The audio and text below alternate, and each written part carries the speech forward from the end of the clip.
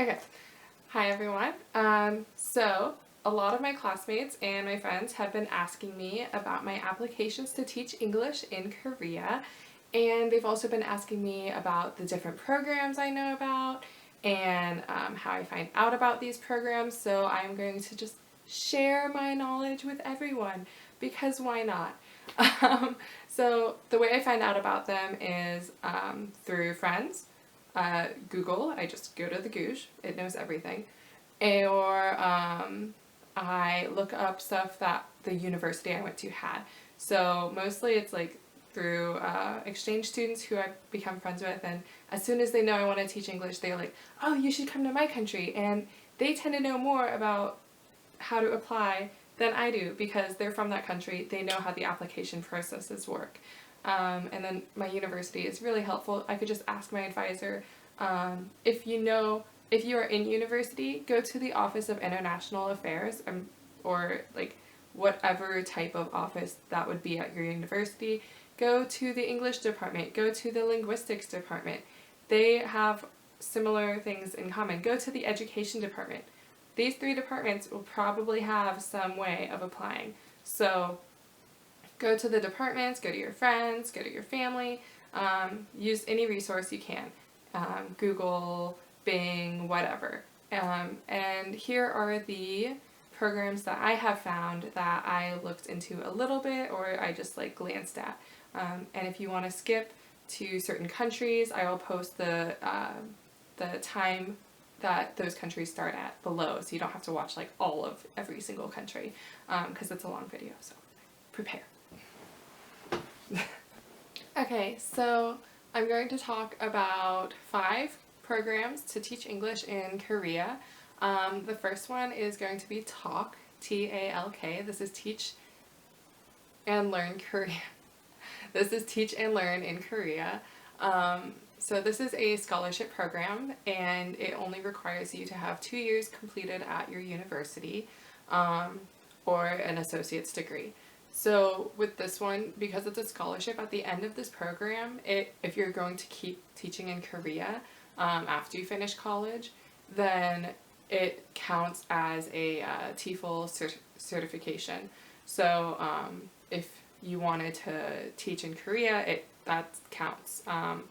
And this one, you don't have to just have 2 years of college. If you have completed your degree like recently, then you can still apply to it. If you haven't, then if you completed your degree and you've been out of college for a while, then you could apply to its sister program, which I will talk about later. With TALK, it covers your airfare and it covers your housing, and then it gives you an orientation. The orientation is a month long, and this is where you get training on how to teach in Korea. You get educated on their culture, and you get to do a lot of fun stuff in the orientation site. So this could be in Jeju, it could be in Seoul, wherever. You also get to meet all the other TALK scholars. So if it creates a good networking base, so if for some reason you're having issues with something, maybe you could contact another scholar and see what they did in that situation. Okay, so the next program is EPIC, which is the sister program to TALK that I mentioned earlier. EPIC is actually a job, so it's not a scholarship like TALK is, but EPIC covers not just the rural areas, but also cities and suburbs. It could be almost anywhere in Korea, aside from Seoul and Gyeonggi. Those are your other programs that I'll mention later. So EPIC, again, is a job. You teach 22 hours a week, you have a co-teacher, and you have a fully furnished apartment, and you also still get a orientation. Instead of a 1-month orientation, it'll be about like 9 days before before the school year starts.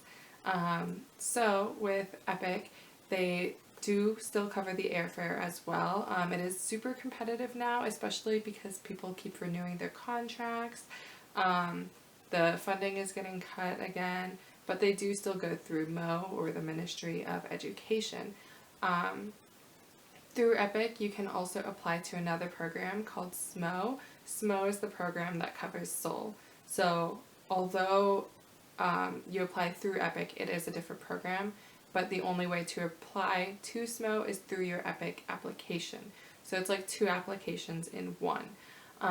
With Epic, the application is similar to Talk, where you do a online application, and then you do the interview, and then if you pass the interview, and only if you pass the interview, you send in your documents. And these documents, it'll be your diploma, like a apostilled, notarized copy of your diploma. It'll be an apostilled background check. You'll have a copy of your passport photo page. They have a whole list of things that you need to submit with your application.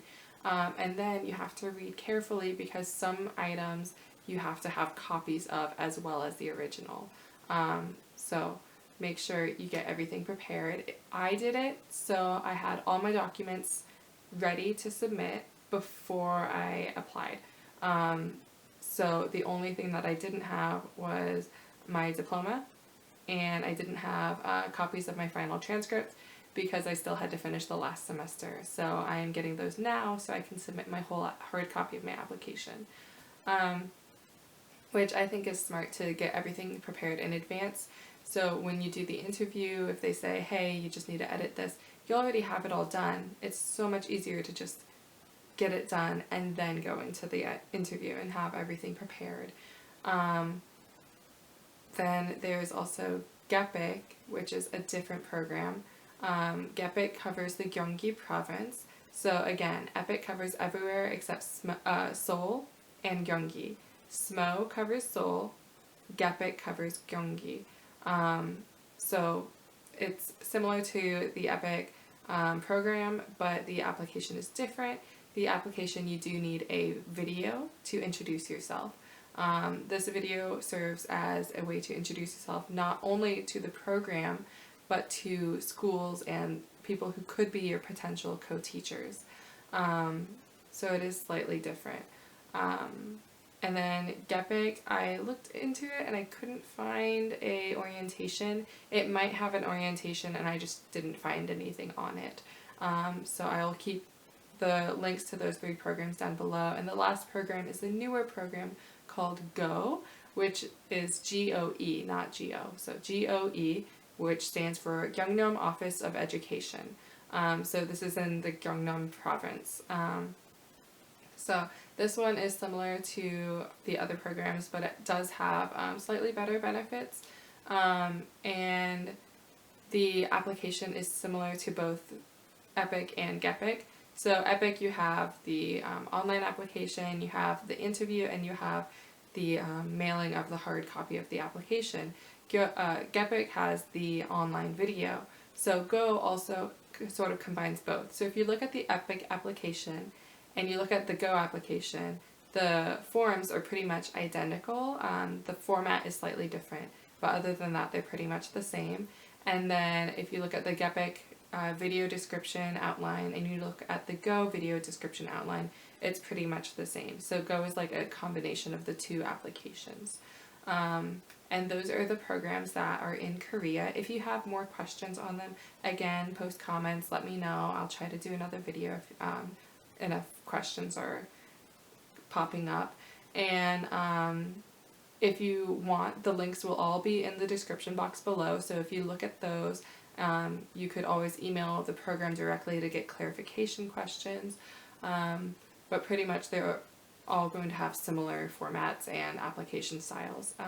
You could also apply through a recruiting agency because Korea has several recruiting agencies available. I am going through Corvia, and they have been wonderful so far. They've been really helpful with my application for EPIC, and they help you make sure everything's formatted correctly and filled out properly, which is extremely helpful. And they do a video call before your interviews so that you can make sure your Skype is working nicely, so you don't have any issues with that. And it helps with easing the nerves as well. So those are all 5 programs in Korea that I am aware of. There may be more that I just don't know about. Again, you could always apply directly to the school. which is still an option. So the next program is EODP, English Opens Doors Program. This program takes place in Chile. It is a volunteer program, but you do get a monthly stipend. This is for transportation.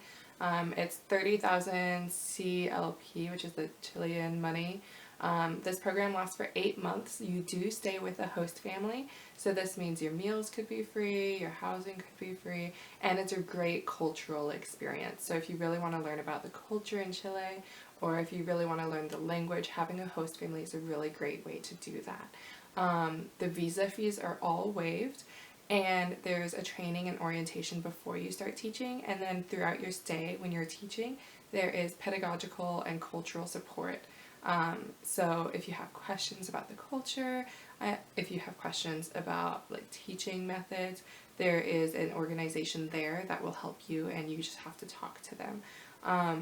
I found out about this program through a youth exchange program called Rotary that I participated in, and I still help with occasionally, and they just sent me this email.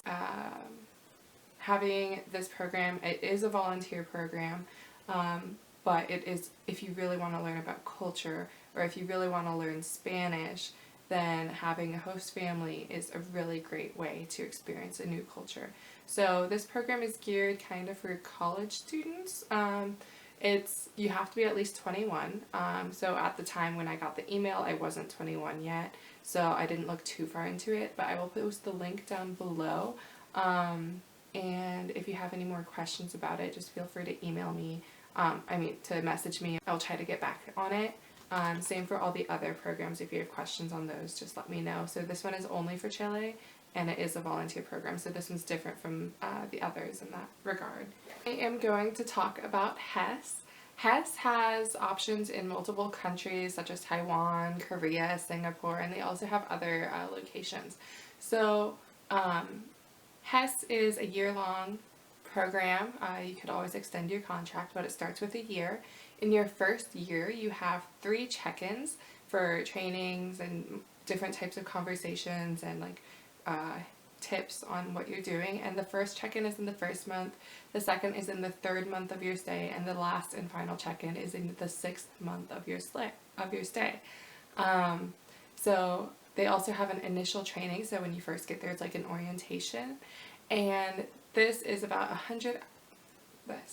800 hours of training, and because of the check-ins and the training, you do get a TEFL certification at the end of your training. At the end of your stay in whichever country you choose. I looked at it for Taiwan, so I'm going to be focusing on how it is for Taiwan. If you're interested in finding out more, the link is going to be down below to their website. So the TEFL certification, I had also looked into that bit, and some people say it's only good in the country that you get the certification in, so it's not like a CELTA or like other types of certifications. I got my certification already through TEFL Full Circle, but this is another option for if you haven't gotten your certification yet. HES is really nice because they offer ways to advance. So if you do really well and your class advances, then you can get a bonus at the end of your contract. And then also HES offers raises, so it's possible to get a raise. When you first get to whichever country, so in this case I'm going to use Taiwan, when you first get to Taiwan, if you didn't save enough money for after the training ends, and you get to the apartment they give you, and you wanted to add furnishings, or like maybe you wanted to buy food to keep in the fridge, if you don't have enough money, they offer a loan. So it's interest-free, and it can go up to 30,000, however much you need, basically. And they offer you 6 months to return the loan, and it's interest-free. So a lot of teachers use this when they first get there, if maybe they didn't save enough money for the furnishings. So HES offers that. And yeah, so HES is a really good program for if you want to work with kids, like not exactly high schoolers, more like elementary students. But if you're interested in working with kids, I will put the link down below. and you can look into HES again. It's Korea, Taiwan, Singapore, China, and they have other locations that I hadn't looked into. I found out about this one from a friend from Taiwan, so I looked into it. Okay, so this next program is in France. It is called TAPIF, or the Teaching Assistant Program in France. You teach up to 12 hours a week in up to 3 different schools, and you could be placed anywhere in France. They do let you pick a preference. Paris is obviously the most competitive area, and you do need to be proficient in French. So I was looking into this program because my friend was telling me about it because she's from France, and she said my level of French was up there and I could definitely apply. But you have to be between 20 and 35 years old. They are very strict on this, and you need at least 3 years of university, and you can only participate twice. So they do have a lot of restrictions, but you do get to teach in France. This program lasts for 7 months, and it's from October to April, and you do get a monthly stipend. So I was looking into this program for a bit when I was first looking into teaching, and because I do speak French, and my friend was helping me look into it, and I met someone who actually did do this program, and she was telling me about it. She was placed in southern France, and on the application they let you pick if you are okay with teaching in a trouble school, so a school that's in trouble, they need help with their programs. And this just means that it's a little bit of extra work here and there, but really you're just there to teach English to their students, and it could be in an area that they just need extra help in. So it's not like trouble is a bad thing, it's just what they called it. And so she actually didn't say she was okay with it, but she did get placed in one of those schools, and she didn't have a teacher there. So with her experience, it didn't go according to how it was listed on the website, but after talking to her, I think it was definitely worth it anyways. So even if it's not what you expect, she said it's definitely worth it, and she really loved it. So she was there for the whole 7 months. You are supposed to get help every now and then, so people will check up on you. Again, it might not be exactly what you think, but again, she said it was definitely worth it, and she loved it. So I was looking into it, and I think eventually I might participate with this program. But again, you do need to speak French. So if you want to go to France teaching English, definitely learn French. Because, even if you want to go anywhere, if you want to teach in Korea, learn Korean. If you want to teach in Taiwan, China, learn Chinese. Just don't expect everyone to speak English, is what I'm saying. Because, if someone comes to America, we expect them to learn English. So, why would we be any different if we go somewhere else? It doesn't make sense. Just learn the language. It's polite, and it'll help you make friends. So, all around, it's a good thing. But for TAPIF, definitely a good choice. You do have to find your own housing, and you do have to pay for your own plane ticket. So maybe if you're coming straight out of college, it might be a little harder financially, but if you can do it, I would recommend it. And then the other program is a scholarship program. It is called the Fulbright. And this program is really, really, really, really, really competitive. So, but the thing is, if you can think of a country, it probably has that country. The Fulbright is known for being a research scholarship, but they do have an English teaching assistantship. So similar to the TAPIF program, it's an assistant teaching position. Except the difference is TAPIF is for elementary and secondary, so 8 to 18. Fulbright is typically you would be an assistant in a university. So it's pretty competitive, but it's also well known, and it is a scholarship. So you will get your monthly stipend, and they do cover your housing, but you have to cover the utilities and stuff with the Fulbright. But you can pretty much go anywhere with that. Some places if you can look at the list of countries, you can see some countries are way more competitive than others. There are a couple countries where no one applied to, even though they had positions open. So it definitely, you should look at which countries have how many positions and how many people tend to apply for those positions in that country. Yeah, it's a really competitive program, but the worst they can do is say no. So I would apply for that. And then the last program I have on my list is JET. This one is in Japan. It is a competitive program, but if you are willing to put in the work, you could definitely do well in Japan. I didn't really look into it that much because I'm not really interested in going to Japan, but I will still put all of the links down in the description box below so you guys can all look at the wherever you're interested in. You can look at that program. JET has a lot of reviews online, so if you want to look it up on Google, it has a ton of reviews. So even though I don't know that much about it, you could find a lot about it on Google.